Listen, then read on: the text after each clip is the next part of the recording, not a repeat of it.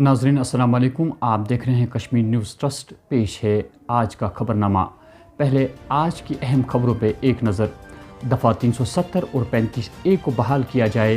रियासत को यूटी का दर्जा देकर मुश्किलात में इजाफा हुआ।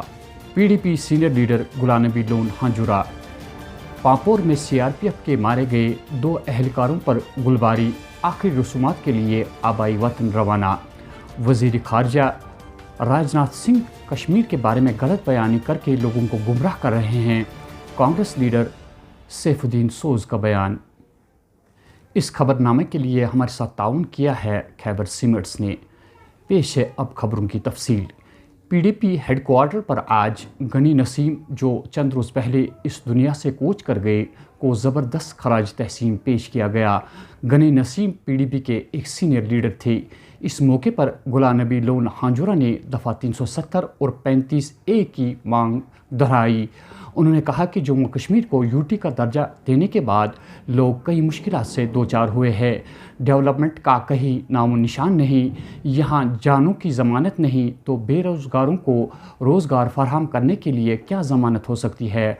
गुलाम नबी हांजुरा का मज़ीद कहना था। एडिक्शन हर एक बात में है इनके। मैं कहूँगा कि यहाँ LG इन्होंने लाया, मारवून साहब को लाया LG यहाँ, उससे कहा कि 50,000 नौकरियाँ मैं दूंगा, 50,000 नौजवानों को मैं नौकरियाँ दूंगा यहाँ।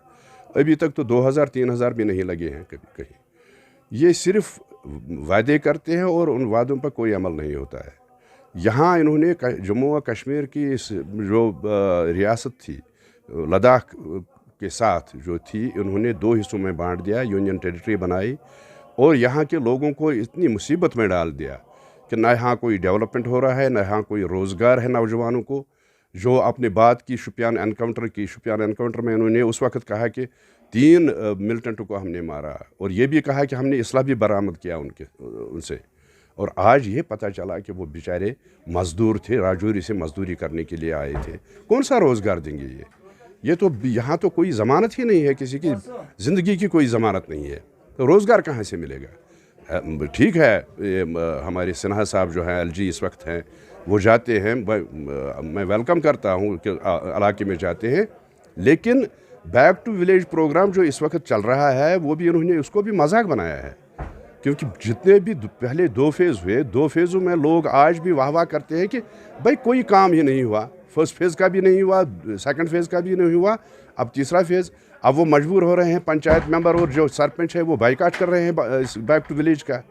तो क्या हो जाएगा। कहाँ LG सिन्हा साहब कहते हैं कि रोज़गार दूंगा, कहाँ से देंगे रोज़गार, कहाँ है इनके पास रोज़गार।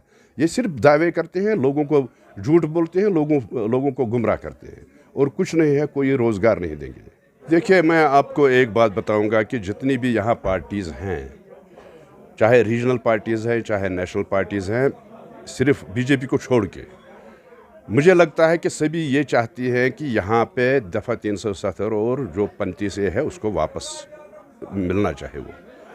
लेकिन जहाँ तक आपने बात की, कोई पार्टी कहती है कि स्टेटहुड वापस मिलना चाहे, 370 भी गया, 35A भी गया, हम उसके साथ मुतफिक नहीं हैं।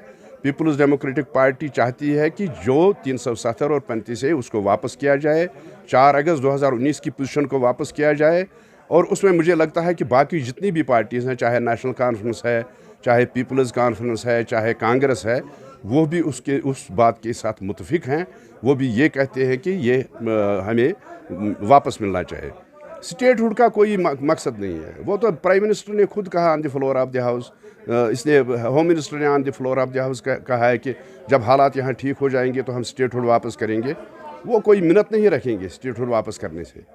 हम ये चाहते हैं कि यहाँ जो एक ब्रिज बना हुआ था 370 इंडियन गवर्नमेंट इंडिया के साथ और कश्मीर के साथ, जो एक रिश्ता कायम हुआ था, वो जानबूझकर कायम किया गया था। वो रिश्ता उस वक्त वो रिश्ता इसलिए कायम किया गया था कि यहाँ एक रिश्ता कायम हो सेंटर और स्टेट में, वो इन्होंने ख़त्म कर दिया।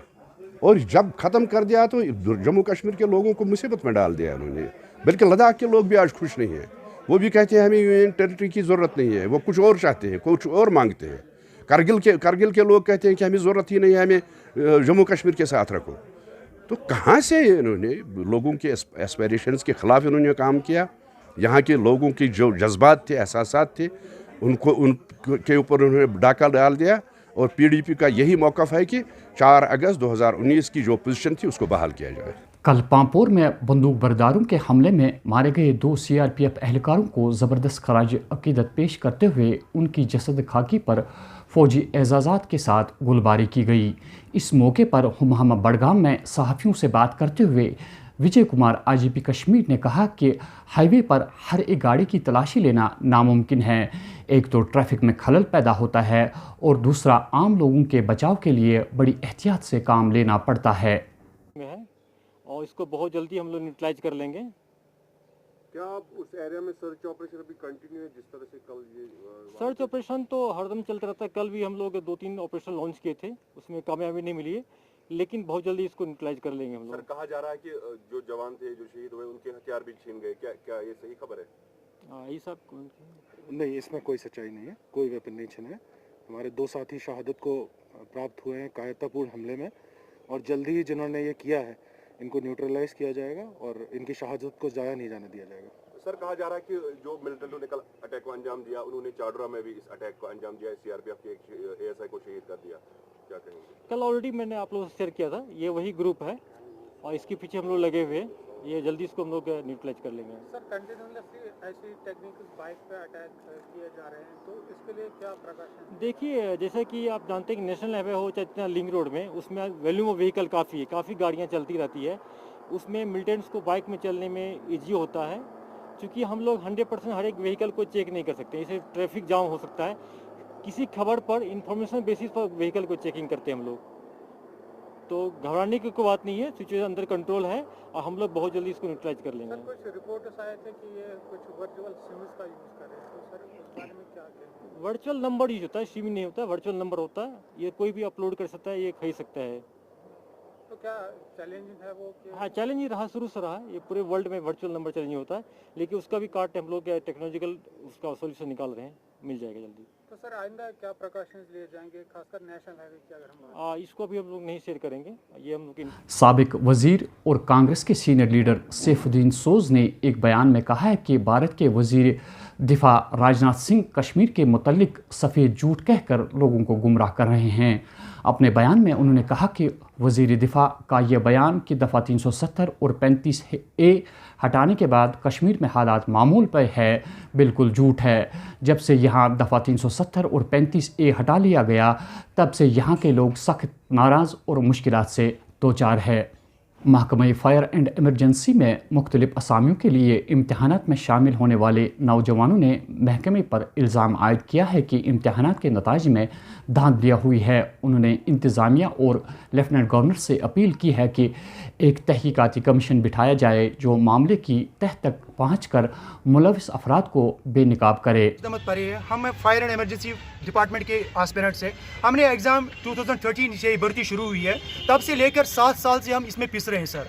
इसमें तकरीबन 3 बार उन्होंने हमारा रिटन किया है, जो कि इस बुनियाद पे 3 जो रिटन हमारे एग्जाम है वो इस बुनियाद पे वहाँ पे कैंसिल किए गए कि इसमें धांधलियाँ हो गई है। तो सर इस साल चूँकि LG साहब आए थे नए, उनसे हमें पूरी उम्मीद थे कि शायद इस साल इसमें ट्रांसपेरेंसी होगी। जब हम इस साल एग्जाम देते हैं तो पेपर जो कि बहुत ही ज़्यादा टफ आया था, उस हिसाब से हमें पहले ही पता था कि इसमें तकरीबन 60 या 55 का टफ हो जाएगा। जो ही वहाँ पे लिस्ट ओपन होता है 3 तारीख को 3 अक्टूबर को, तो लिस्ट में 88 का टफ हो जाता है और 94 वहाँ पे टॉप सिलेक्शन हो जाती है।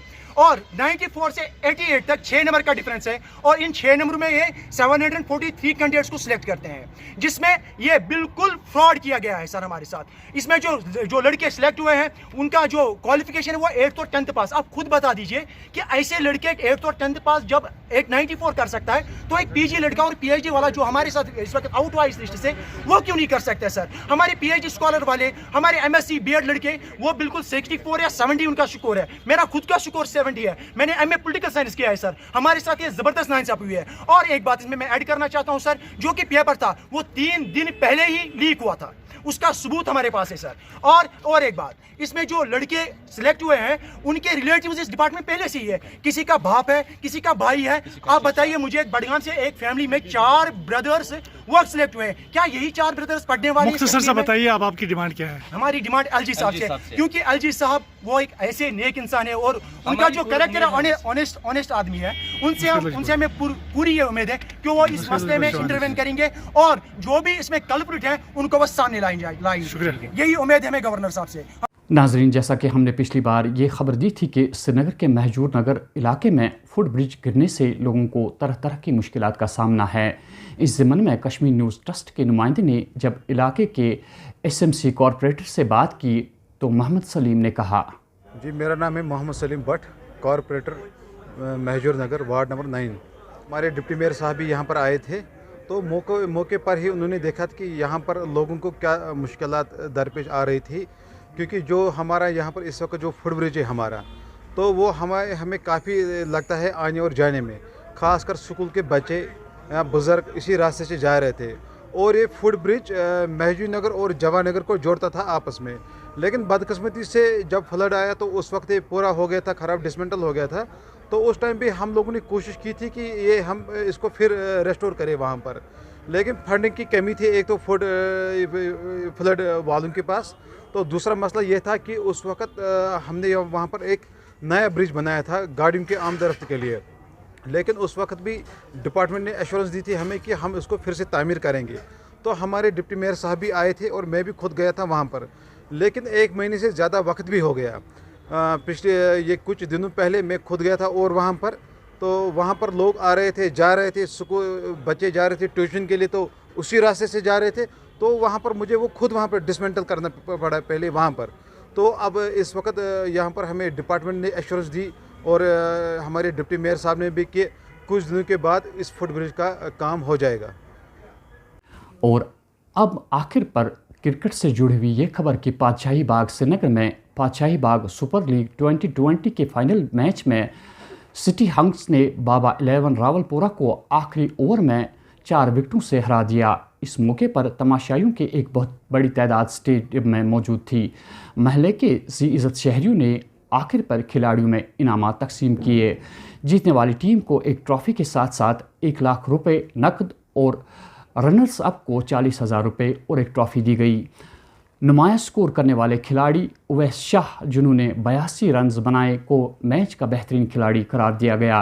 तमाम मैचों में बेहतरीन कारकर्दगी दिखाने वाले खिलाड़ी आदिल ऋषि को 10,000 रुपये इनाम के तौर पर दिए गए।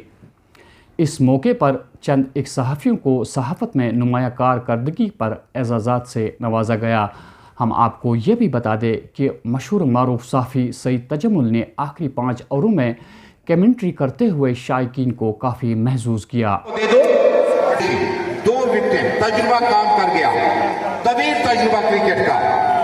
और आदिल ऋषि बैटिंग, बॉलिंग, फील्डिंग तीनों शोबों में नुमाया कारकर्दगी का मुजाहरा करने के बाद ये गेम जो है ये इस मैच का फैसला आपको तकरीबन नजदीक ले आएगा। आदिल ऋषि एक बार फिर फील्ड सेट करते हुए अब स्टंपर को क्रॉस किया, गेंद को खेलते शॉर्ट पिच गेंद को डीप मिडविकेट की जानिब, वहां पर फील्डर मौजूद नहीं है और गेंद को उन्होंने पार कर दी। 4 रन के लिए आदिल ने एक बार फिर वही गलती की कि शॉर्ट पिच गेंद की अगर चाहते तो ओवर पिच थोड़ा सा कर देते और बैट्समैन को गुड लेग स्पॉट पे थोड़ा सा फ्रंट फुट पे मैदान में जाते हुए और खुशी का इजहार करते हुए। और इस वक्त पीएसएल के इस फाइनल मैच में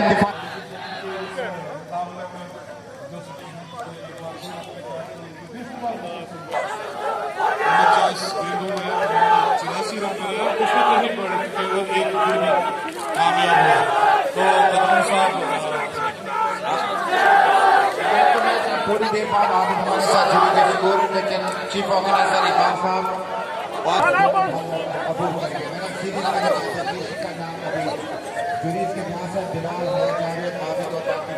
तो नाजरीन, ये थी आज की खबरें। दीजिए अपने मेज़बान हया जावेद को इजाज़त। अल्लाह निगहबान।